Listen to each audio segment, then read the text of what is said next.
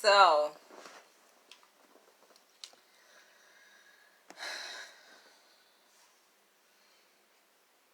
let's set the mood before we begin.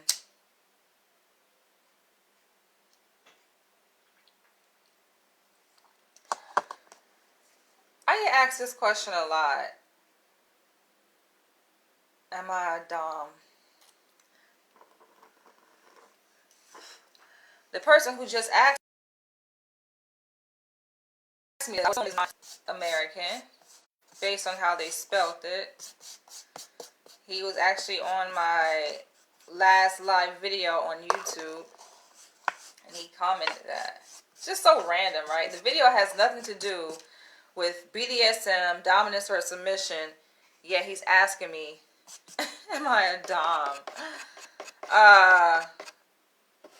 So I figure I'll address it here in my next video, and I didn't want to wait, because I figure if I wait, I'm going to forget, right? So, go ahead and talk about it here. Sorry, you guys, I'm lighting my incense, and while I was doing that, freaking got incense dust all over the place. So, I'm going to delve deep into this subject matter. Now I have freaking incense dust on my pants. I've been asked this question several times before, many times actually, and I think I track beta men or submissive men, because yes, to answer the question in a short response, yes, I'm clearly a dominant woman. And when you look up the definition of what dominant means, it means most important, most powerful, most influential. So when you think of those descriptor terms, yes, that would make me a dominant woman inherently. I think that's just my personality. That's just who I am, right? And then when you think in terms of genetically, clearly melanated is dominant, right? We know that black is a dominant gene. It's not recessive, it's dominant. I mean, we're not going to go into that debate, right, on what's a dominant gene and what's a recessive gene. So that goes without saying. But in terms of my preference in a relationship, in terms of the dynamic and how I relate to men, right?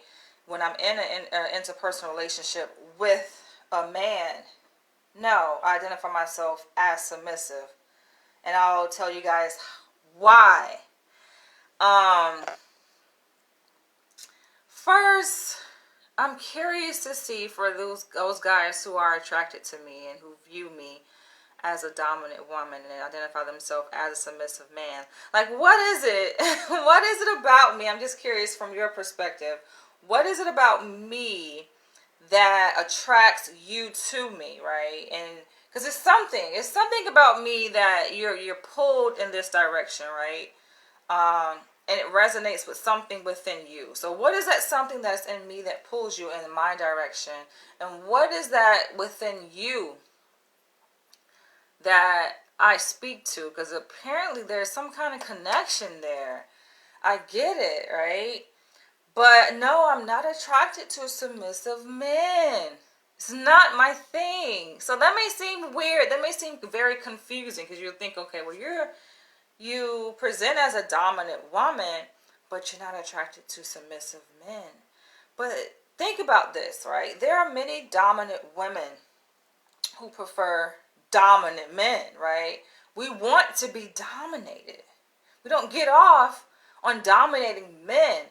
Now, we may have roles within our day-to-day life where we're a dominant person, right? Like, I have a dominant role. You think of my profession. I'm a psychologist. I'm a doctor. I evaluate, diagnose, and treat people. That's a dominant position, right? Like, I'm a part of a treatment team where, like, yes, my position is higher level. My word, my say-so, my perspective factors a great deal into a client's trajectory and their treatment, their outcome. So, yes, I'm dominant in that way. I'm dominant in the sense that, yes, I'm an entrepreneur. I own my own business, right? And I influence a lot of people. I have power in that degree, right? But in terms of relating to men, I get turned off. And I think, yeah, like I said, it can be kind of confusing to men because it's an energy. Let's talk about what dominance also is, right? Aside from those descriptive terms about being important and powerful and influential and being possessing a dominant genetic trait, right, or a dominant genetic disposition, dominance is an energy, and it's something you feel, right? I notice this. I notice how my energy impacts other people. I notice how people respond to my energy when I walk in a room, when I'm walking down the street, right? And one can say that, okay, it could be attributed to just me being an attractive female, and men kind of just lay out the red carpet and step out my way, right? But I'm like, okay, there are other attractive women and they don't get that reaction. So what is it? Like, what is it that when I'm walking through certain neighborhoods and I'm not saying a word, I'm not speaking or anything, I'm just walking, and men like stop what they are doing and they damn near stumbled just to get out of my way. And I'm just like, I mean, I appreciate that, but I just find it to be interesting. And I've seen this in many different contexts. Men will literally like fucking trip over themselves to like get out of my way. And it's like this unspoken kind of dynamic, right, that I see that exists. In that context, I've seen it in a professional environment. Like I said, I used to live out in Los Angeles. That's where I completed my doctoral studies. I had supervisors, black female supervisors, who would be so uncomfortable in their seat across from me. And we're in supervision. These are licensed psychologists, have much more years of experience than I have. But they're uncomfortable. And I'm just like, how can I intimidate? Like, why do you feel intimidated by my energy? And so I think that's something that kind of resonated with me. I mean, at one point, I think I felt bad because it's just like, okay, I'm a black woman, you're a black woman, but you're afraid of me, kind of thing. But then I realized, like, I do have a dominant energy. Like, that shit is strong, and I can only imagine what it's like to be a person in the room with me or interacting with me if you're not comfortable in who you are, right? You have to be like solidified in your sense of self to be able to interact with me. Otherwise, you're gonna feel a certain kind of way, right? Like I said this before, whatever insecurities that you're wrestling with, they will come to surface inadvertently when you're interacting with me. I challenge ideas. I challenge thoughts. I'm not, first of all, looking for validation. So if you're a person who uses people's, I guess, sense of insecurity to kind of get one up on them, right? Or to make yourself feel validated or powerful over that person, that doesn't work with me because I'm not seeking one's approval. I am not trying to convince anyone, right? I know there are people who play upon that weakness in other people, and so that's something you really can't, like, you can't play upon that with me. I'm very, like, obviously I'm very, like, smart. I've always been this way though, like, irrespective of me going to school. I always said school doesn't make you smart. Smart people just tend to go to school. Right? So when I look at myself as a developing young child, I've always craved like knowledge, and I've always been wise and asked questions and challenged things, even my own parents. So I see like how that impacts people, especially people in so-called positions of authority when I'm interacting with them. It's like they're not able to like really get a hold on me. And I think that's oftentimes what their insecurity plays upon, right? Having to control another person. And because they're not able to do that, like, they feel intimidated by me, right? Or they feel threatened by me. So that has been my experience. I can't make this up. That has been my experience working on my doctoral studies, and it's a weird feeling. It's just weird. It's uncomfortable, right? I just see that person's energy, right? And I just see, okay, what type of person that person is, and I see their weaknesses, and it just shines so ever clear. I feel bad for them. That's happened even in interviews. I mentioned this before, where yes, I was at the point. This was what, last year in 2021, where I was at the point where I was completing my pre-doc internship, and I was considering different options for my postdoc. Right, a postdoc is basically a position that doctoral students take so they can complete their hours after their degree is conferred, and it's usually for licensure, right? And they're being supervised by a person in their profession who already has a license. So I was at that point where I was considering different, positions, and I got a lot of interviews.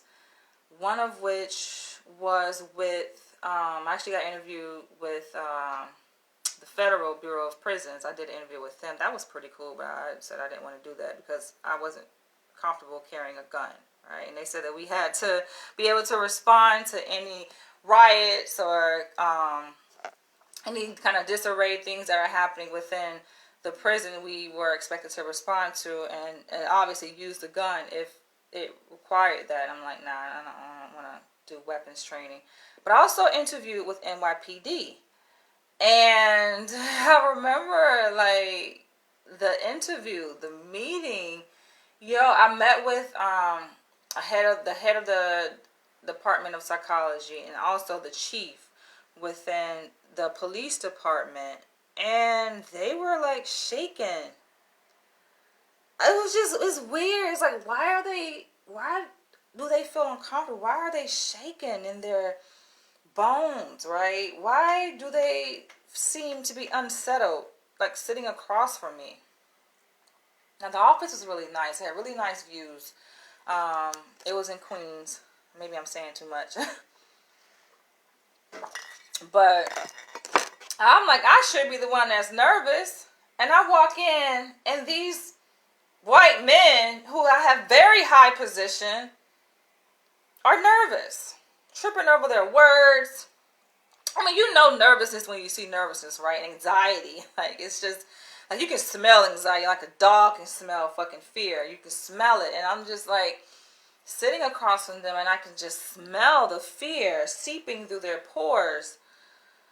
And they're laughing, trying to impress me, and I'm just like, just a job candidate, right? So I just find it awkward. I've talked about this in the context of dating, right? Since I've moved back to New York, I moved back here 2020, April 2020. Been on many a dates. Dated this Puerto Rican. I've dated a black man who identifies himself as a Black Panther, and they're just like, scared. Like, I hate that I intimidate, and I don't intentionally try to intimidate, right? But it's just like, you got to have your shit together, right? You like know what you are interacting with. It's not to toot my own horn. It's just stating the facts. Men say, oh, it doesn't matter. Like, the first thing they say, especially if they're younger than me, age doesn't matter, right? Social status doesn't matter. But it's just like, no, those things do matter, because it factors into how one, first of all, sees himself. A lot of these men have very, very low self-esteem. The men who are typically younger, like, they just can't relate to me on a certain level, developmental level, right?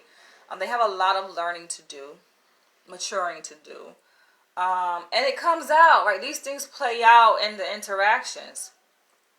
And I'm like, see, I told you. So, like, I'll give guys a try, like, if I'm interested and if they, like, are, physically appealing. I'm like, I'll give them a try, but I just be feeling bad for these guys. And I'll share with you guys a couple of stories. So, I did this Puerto Rican guy. We went out on a few dates. Our very first date, we met in Central Park. And he was so fucking nervous. I'm like, why are you nervous? He was sweating. Yo, dude was sweating. He was shaking. He was just like, oh, but this is a first date, and I find you very beautiful. Just not comfortable in his own skin. And so this is why I say, like, and I know men say, like I was saying, like, oh, social status doesn't matter, and they want to criticize and challenge women who want to date up. It's the reason why we choose to date up. We date down, we run into these issues. Yo, you're not like, these men aren't on my caliber. They want to date above their caliber, and then they are intimidated. They are so insecure. These insecurities play out. First of all, your bank account don't match nowhere near where my shit is at, right? And so when it comes to choice of restaurants, you know, I want to go a certain place, and then you trying to sit here and do math, figuring out if you can afford the dinner. These are issues that's come up. I cannot make this shit up, right? So of course that makes them feel a certain kind of way. That plays upon how they feel about themselves, their self-esteem. And that doesn't go well when it comes to building a relationship with a person. And if I don't like you, if I'm annoyed by you, I'm bothered, yes, I'm at the point where I can say that, I can articulate that. Like, I don't like you. This is annoying. I feel like I'm wasting my time. All right, I'm going to call it out as I see it. So you have to be a man that's mature enough to be able to handle that. A lot of men can't. Going back to the question as to, am I a dom? I've answered that question already. Yes, I guess, inherently, I have dominant characteristics, right? But my preference is no. I prefer a dominant man that I can submit to. That's what turns me on. Being dominated. A lot of men get it misinterpreted. They think that it means just being super controlling, telling a woman what to do. No. Like, I'm so sophisticated and I'm very dominant, very wise, that sometimes I feel inclined to tell men how to dominate me, right? And if I have to tell a man how I want to be dominated, it ain't it. You ain't it, bro. I'm not attracted to you, because that's not how dominance works. Right? I mean, it's not to say that we can't sit down and have a conversation about rules and expectations, right? So we can meet each other there on what, you know what I'm saying, what each other desires and expects in that relationship, because it's a mutual agreement. But if I'm telling you step by step, this is how I want things, that's not you dominating me. A lot of men, unfortunately, just aren't dominant. I think they were probably like generations ago, but they have been socialized over time to be less dominant, to be more egalitarian. That's where you get this idea of men saying, okay, they want to do 50-50. And listen, to each his own, right? But that doesn't work for me in the type of relationship that I desire. Wanting to do 50-50, that's more like a roommate. I'm like, okay, if I want a roommate, I could easily get a roommate. Easily. I don't want a roommate, right? I want to be provided for. I want to be cared for. I want to know that I'm with a partner who is able to make decisions, right? Of course, you're going to consult me, but who has a mind, who's smart, who has a sense of direction. These men don't know what the fuck they want out of life, right? They're just kind of waking up and they're existing, right? They don't know how to build a legacy. I want to build a legacy, clearly. They don't know how because they're not equipped, you know? They don't have the resources necessarily to achieve that. Not to say they're not capable, but they just don't have the resources to accomplish that. So what kind of conversation can we have, right? Nah, you ain't it. You ain't that, bruh. Now, going down memory lane, yes, I have dated. I'm thinking about my best friend. I've said this story before. We dated for 5 years. We've known each other since 2006, right? Going way back. We're still best friends. But we dated for 5 years, and he was passive. He was submissive, and that shit turned me the fuck off. Now, it worked in terms of nurturing a good, solid friendship. But in terms of me deciding to wake up to this person in the same bed every single day for the rest of my life, hell to the fuck no. Okay?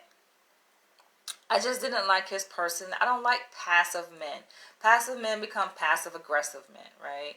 They don't know how to assert themselves effectively. They have issues with communicating. And like I said, it's all this ties into like low self-esteem, right? They don't, not only do they have low self-esteem, they don't know who the fuck they are. They're still like discovering themselves. And yes, I would have to say, yes, we're all like to a certain extent like developing and actualizing to the person that we were created to be, right? There's always room for growth and self-improvement. But yeah, I think I was further along that path than he was. Just telling him what to do. I dictated that relationship. I wore the pants in that relationship. His check came to my bank account. Like, I told him what to do, and he did it, all right? With no pushback, you know? Just like, and that's kind of what happens, right? So we're talking about dominant energy and personality, right? It's just, I don't have to practice this or plan for this. Like, this is just, it bleeds out. This is who I am. So when we're talking about choice of a mate and compatibility, you have to, like, listen, you have to be dominant. You have, because I'm going to outsmart you. And through my outsmarting you, I'm going to, like, you're going to be a doormat. I'm going to run over you. That's not what you want. That's not what you want. There's going to be conflict there. I mean, it's going to be conflict anyway. But it just doesn't work out that way when men, you know, are not assertive. They're passive. Yeah, it just doesn't work. And so I crave that dominant energy. I crave a man who's able to set rules in a relationship, right? I know this may seem far-fetched, but for me, as a woman who identifies as a submissive, I like that. I got a chance to know what that feels like. I've experienced that. I wrote about it in my book, Dying to Submit, when I first stepped into the world of BDSM in 2014. I had a master. So yes, of course, to be a dominant man, to be a master, it requires a certain degree of intellect, of foresight. You gotta have your shit together, right? How can you dominate as a man someone else if your life ain't together? So a lot of men, I think they are attracted to this whole dynamic of dominance and submission because they like this sense of control, right? This opportunity to be able to dictate and tell someone else what to do, but they are attracted to it for the wrong reasons because they lack control over their own lives, right? So I spot that out very easily. Those men don't have it all together, right? And they're trying to get it together by vicariously controlling someone else, living through that other person. And I've been in a relationship like that with someone.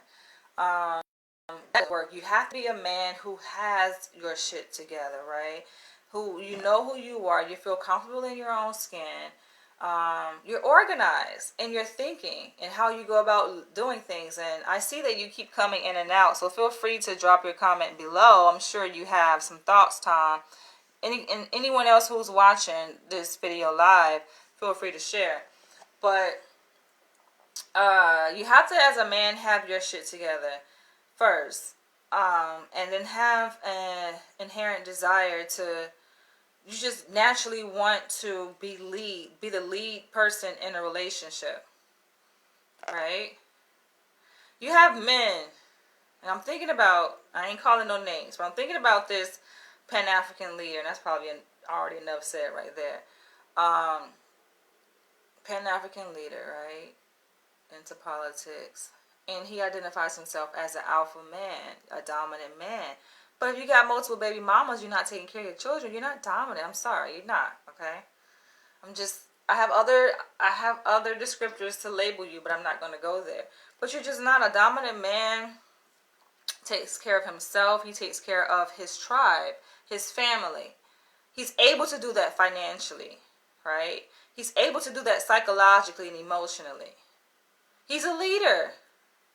A lot of these men want to be leaders and want to be in control, and I'm the dom, I'm alpha, but no, you're not. Being able to bust a nut in the bedroom doesn't make you alpha or dominant in my book. Anybody can do that. Fucking dogs can bust a nut. Squirrels can bust a nut. Gay men can bust a nut. Does that make them alpha? No. That just makes them a creature who knows how to fucking bust a nut and fuck a person in the ass or whatever they choose to, whatever orifice they choose to do their business in, right? It's to make you dominant. Dominant requires a degree of responsibility, honor, which a lot of men just don't have. You know, confidence. Talk about that, confidence in oneself. And being alpha is not just you being alpha over your household, but being alpha in society. And I think, unfortunately, that disqualifies a lot of men, especially, you know. I mean, I was going to say African men, right, or black men. Given that, of course, there is a socioeconomic structure within our society that has been laid out, which one's sense of power, I would say, political power, economic power, in this hierarchical society that we live in America. But there have been men, clearly, who have rose above that, right? So I would say it doesn't really impact them, right? They can be powerful. It's like really in your mind. That's how I look at it. It's a state of mind. It's how you see things, how you see the world. So I'm definitely on a different frequency. And I think the issue for me when it comes to dating is being able to find a compatibility partner who resonates on the same frequency as I do. Because I can tell a man's mind, right? You don't really have to engage in that much back and forth exchange to see, like, yeah, you're vibrating very low. And you're just a robot that has been conditioned and doing everything what everyone else is doing. I don't want that kind of man that just falls in line and does what he's conditioned to do in society, right? I like a revolutionary type of man. You know, it's not to say you got to be anti-government, anti-establishment necessarily, right? Because the establishment can serve a purpose to a certain extent, to a certain degree. But I just like a man who is wise, who is woke, who sees through all of it, right? Who sees the big picture, you know? Because as a man, how can you say, okay, you are a provider, you're a protector, but yet you're not politically conscious? So how can you protect the family if you're not woke? And wokeness is, it kind of ties into many different facets of life, right? Not just in politics, but even in health, being health conscious, right? Knowing what foods are good for you and what foods aren't good for you, right? A lot of this shit is GMO. I'm not saying I'm the best fucking dietitian, you know, or eat the best, but just having this consciousness, right? We got to be on the same page, right? We're talking about building, nation building, building a family, and nurturing the right environment to bring in the next generation of children coming through my womb. Yes, this stuff matters. I don't need to be attracted to a person and get involved with someone where we're having to debate these issues, right? Even when it comes to education within the school system, you have to be cognizant of what's good and what's not good, right? What's being taught to the youth and within the school systems.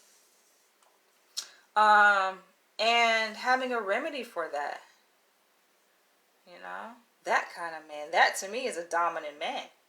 You know, got his shit together and is the emperor of his own household, right? And then it sets himself as a role model for his community, right? Because if you're living your life right within your own, first of all, within your own self as an individual, then you can do that, you know, in the context of a relationship, build a family, and then be that role model for your community, you know, and then at large and in the society and then globally, right? But it starts within the house, and that's why I have an issue with when you have certain political leaders or Pan-Africanists who talk this talk, but they're not really walking the walk. Like, where's your wife, right? Why aren't you fathering your children? I have no respect, unfortunately, for men who put their seed in women and they think that their only obligation is to the children.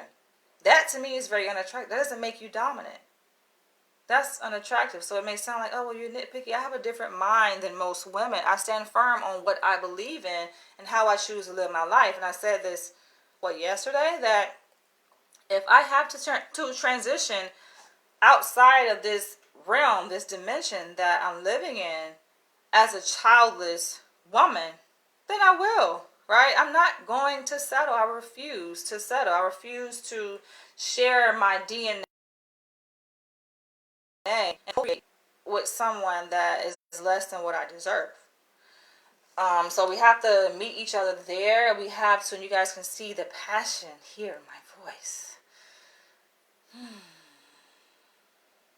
But yeah, I look out and I see like, I look out and see women, who open their wombs up to men and they have children by men. The men just don't. They talk a good talk. They don't respect the woman because they are being brainwashed, by society, right?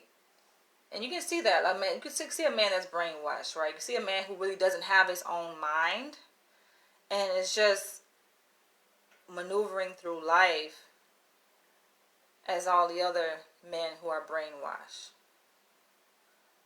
right? Behaving a certain kind of way.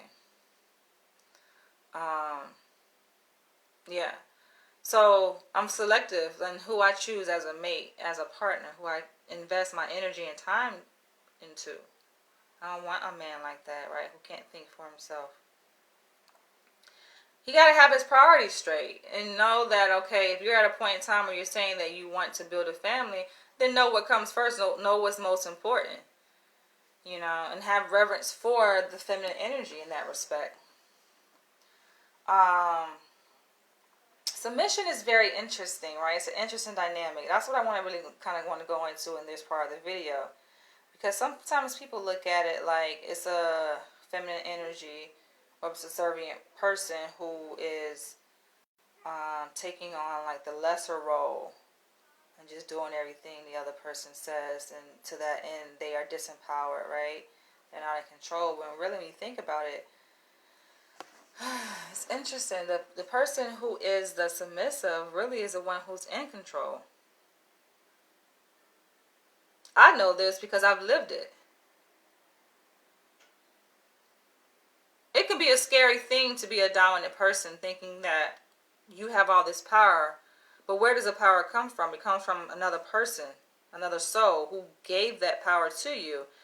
And at the drop of the dime, it can be taken away. And then what, right? Some doms, and I was talking about those doms who aren't really doms, right? But they play upon taking power from other people. That's a scary thing. Like, it's very tricky for those doms because their sense of identity is predicated on the power of another individual, right? So how powerful are you as an individual person if your power comes from another person? It makes me think of this cult leader from New York, from Harlem. Went out to live out in nature. I'm not going to say his name. But his sense of identity and power is dependent upon the submission of other people. You're not really powerful, though, because they can take that back at any time. If they leave, then what? Right?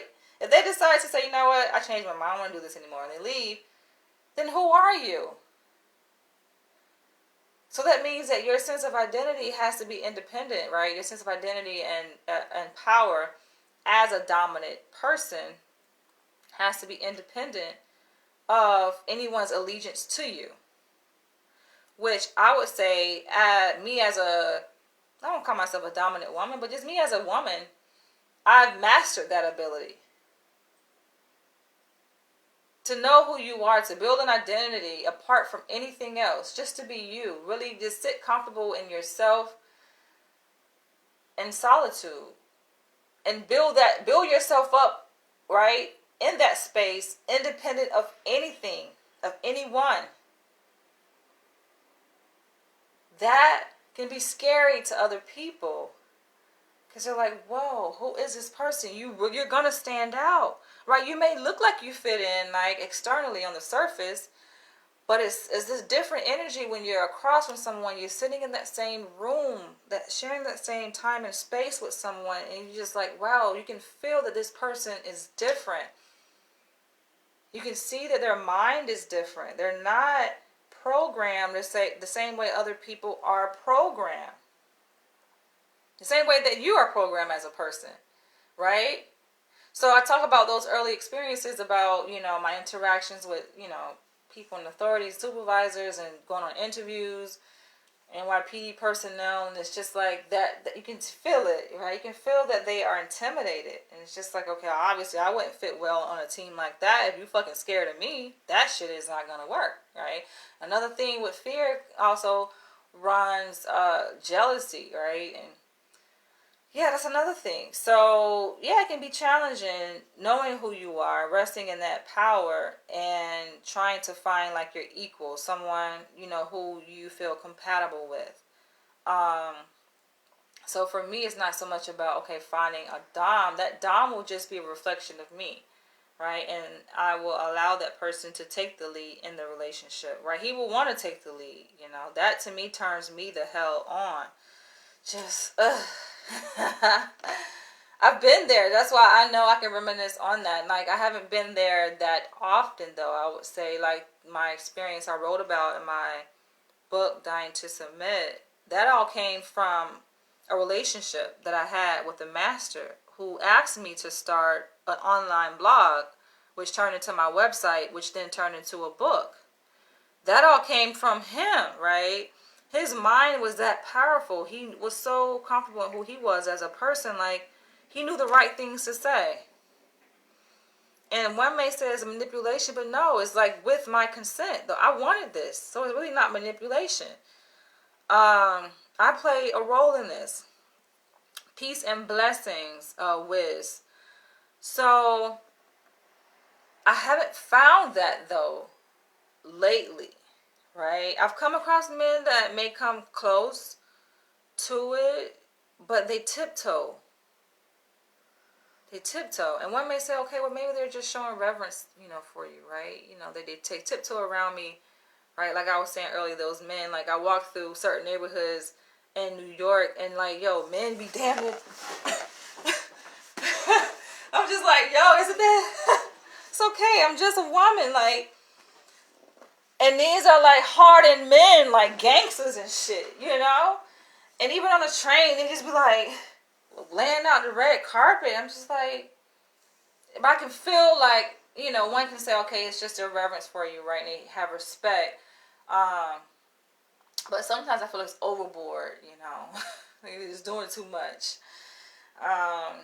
And I imagine myself, like, could I be with a man like that? Yes, I want a man who shows respect and reverence for me, right? Yes.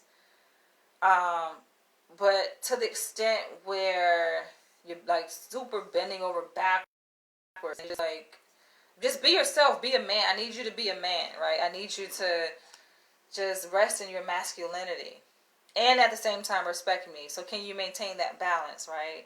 Don't be to the extreme of fucking being a do-boy for me, and you're compromising yourself too at the same time, right? Because how can you be a king or a god when you're tripping over trying to lay the carpet out for me, right? Just lay the carpet out, but still maintain, your identity as a dominant man, self-respecting man.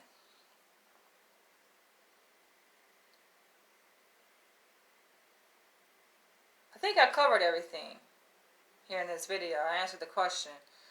But yeah, it's a rare breed, I would say. I wouldn't say that dominant men don't exist.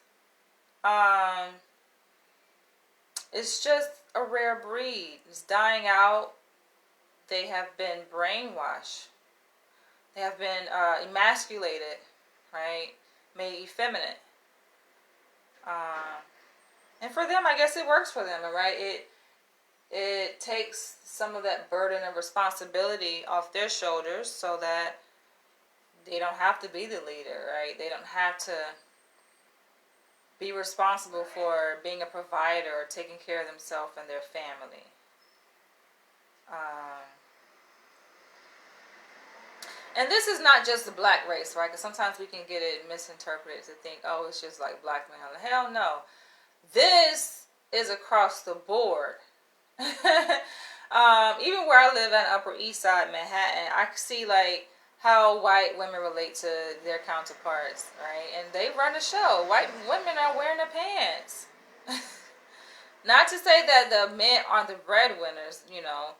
I would say like, yeah, you can see that there are two incomes being earned, but you can tell who wears the pants in any relationship. You can see who's the dominant one. And I guess that can work, you know, in some cases. And a lot of people like to say, when you think like historically, we go back to the ancient times, right, or the Egyptian times, and we look at the images depicted of the gods and the goddesses and how they were equal. One wasn't before the other. The feminine was equal to the masculine. Right?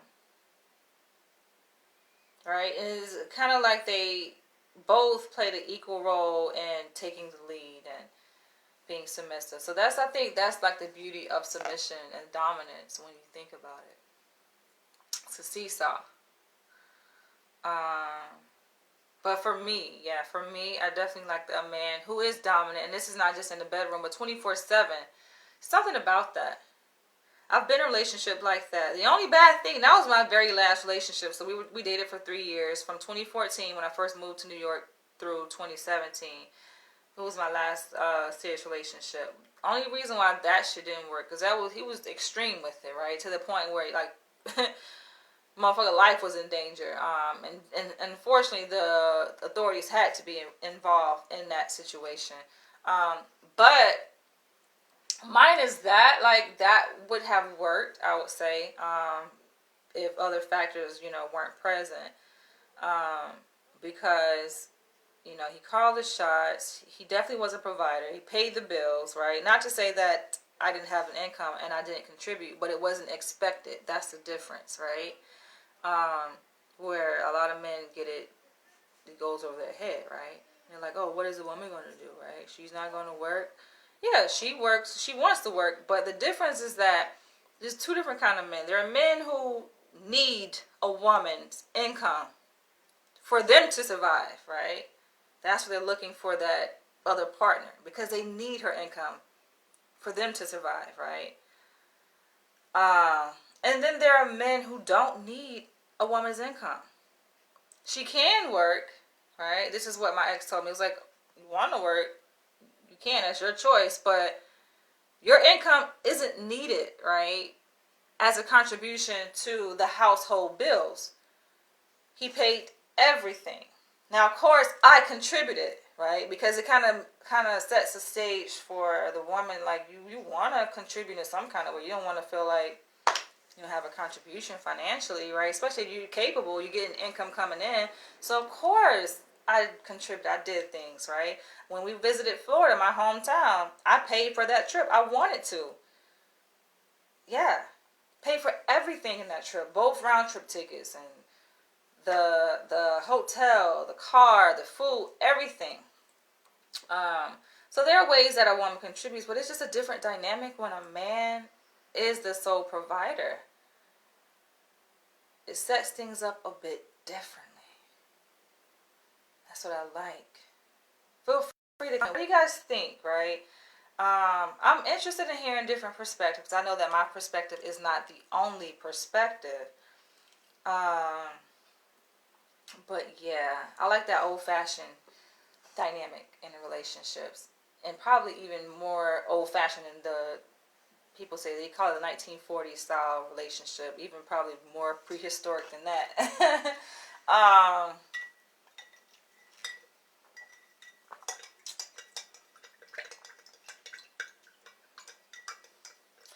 Yeah, I've had men who I've expressed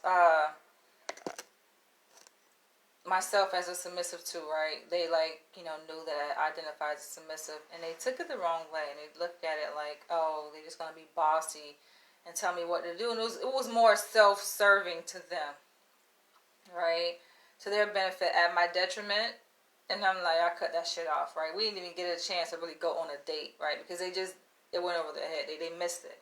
So at the baseline of this dynamic is just common courtesy, right? It's the standard in any relationship. Just having fucking respect for another individual. That goes without saying. It should, right? Caring, being loving, being considerate. Those things have to be in place, right? That's the template. And then on top of that, there's layers of the dominance and submission aspect. So I'm going to wrap this video up, but before I wrap it up, I'm going to talk about how, yes, I tend to attract men, and I notice especially when I make videos on cuckolding and, submission, BDSM, a lot of men come to this space and, they want to be dominated, and I get it. I'm just not, I have no interest in dominating a man at all. I've said this before, I've articulated this. It's a turn off to me. Although you guys probably can observe that it seems like I'm a dominant woman. I have that energy, right? I have what it takes to dominate men, but I'm not interested in that. That, to me, gets underneath my skin probably more than anything. A man who is seeking domination. Right? That it turns me off. Everybody has their thing, right? It just turns me off. That's just like a gay man trying to hit on a straight man, right? And if you're really straight as a straight man and a gay man, it's like, no, okay, no. So it's like me being attracted to dominant men, and then you have submissive men trying to, it's like, ew, it's a turn off. I don't like you, right? It's like, I'm like repulsed by you almost. Like, it's like, ew, get away. Just not my type. And so I get that often, and that's kind of what prompted this video when this guy just commented on my live video on YouTube that I posted before this one today, asking, am I a dom? Just like, first of all, what does that have to do with my video? Nothing at all, right? I was showcasing the new items that I had purchased from the African market. He's like, are you a dom? But he's not the only one. I get that a lot. They want to be dominated. And I feel like, what do you call them? Femdoms or dominatrix. They're not that hard to find, okay? Especially if you go on FetLife. It's a lot. I think it's a lot. It's a lot more dominatrix or femdoms than there are actually dominant men, if you think about it. Yeah. But nah, that's not my thing, and it would never be my thing.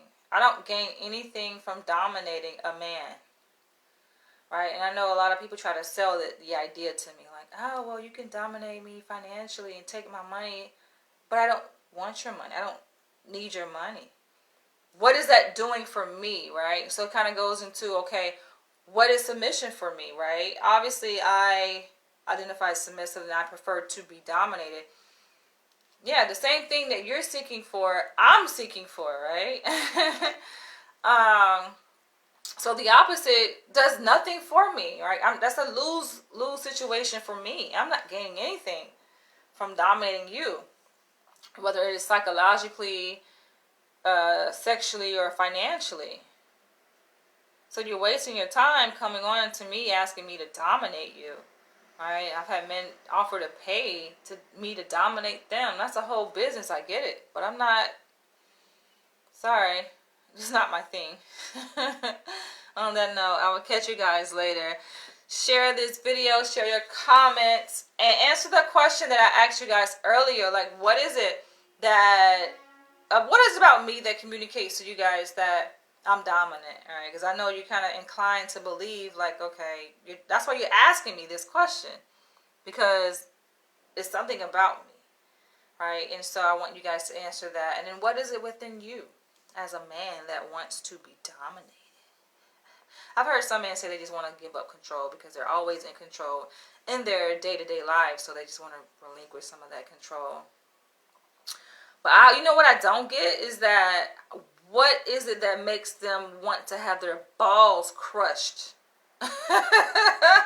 What the fuck? Yeah, I mean, I get the pain aspect of it, right? Because I identify being a masochist. I like bondage. I like spankings. I like to be beaten. That's even beyond spanking. I look at spankings like what little babies get. But I like to be beaten. Not to the point of like bloody, but I'm okay with the little bruises or whelps, right? And I talked about the etiology of this, like linking back to my childhood. Stopping by and real quick to say hello. Don't think you're a dom. Well, good. I'm not. And I think the issue is that you guys haven't really seen the submissive side of me, right? Because I come on here, I guess, seemingly to be in a dominant position because I express myself, I articulate myself. But you have a lot of submissive women that have a conversation. Like, I know, of course, porn isn't the best representation, right? It's just a video. But you take a look, right, at the examples that you have at your disposal to get an idea of submissive women. Like, those women may come off as, I don't know, like, strong and dominant, but they like to be dominated, you know? They're submissive women. So submission is just a state of mind. It's a preference. It's a fetish, right? It's what turns a person on. I get turned on by being dominated. I do not get turned on by dominating someone else, though that may come very naturally for me, right? You may say, okay, well, you seem to do it so very effortlessly, right? And being able to dominate a man. Yes, I can do that very easily, right? In my sleep, but I don't get turned on by it. If anything, I get turned the fuck off by a man's mere fucking demeanor of being a submissive man. So, no, not my thing.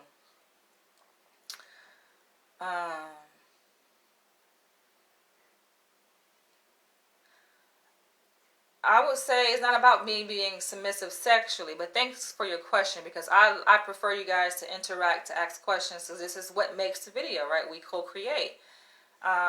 So I am submissive all the way around, right? And like I said, I think it's kind of hard for you guys to wrap your mind around it, right? Or you maybe question me saying this. Maybe I don't sound like I'm convincing you guys, which I'm not trying to. But you're not convinced in the sense that you haven't seen the other side of me that is submissive. And I am that way when I am in the presence of a dominant man. Haha, that's the key. So if you haven't seen it, it's because your ass is not dominant. You got to be dominant man to see it. Right? That's just how it works. You know, like I said, it's a seesaw. It's a natural dynamic that just naturally occurs, right? When a woman is in the face in the presence of a dominant man, she naturally submits, right? I think, you know, to hold her own sense of safety and protection, you know, women, of course, we're conditioned to just protect ourselves, right? Like, I'm independent. I live alone. I lived alone for many years. So, of course, like, I show up in the world as any other creature, male or female, would show up, right? Being able to defend and protect myself. Because I'm by myself. But if I'm with a man, then that guard, it comes down. If I'm with a man that I feel safe, shall I say, around or with, right? And, you know, this is my partner, then this persona, it evaporates, right? It disintegrates. It diminishes. I'm different, right? I can, like, who I am at my core, you'll be able to see shine through more clearly than the external part of who I am, right? What you guys see. You haven't really got a chance to see that. Which, you know what? It would be really cool, right? For me to, at some point in my lifetime, fall in love with a real alpha dominant man. And because I'm a vlogger, you guys will be able to see that dynamic play out on screen. You'll be able to see, like, you'll see it. It brings out a different part of me. But on that note, I am going to end it. You said submissive sexually. Yeah, so like submissive all the way around in terms of, yeah, I just, you'll see, like, I tend to allow a man to just be, I allow a man to lead, and especially even in the bedroom, I allow a man to lead. I want him to direct me, to lead me, right? And I follow. What more else can I say? But I'll catch you guys later.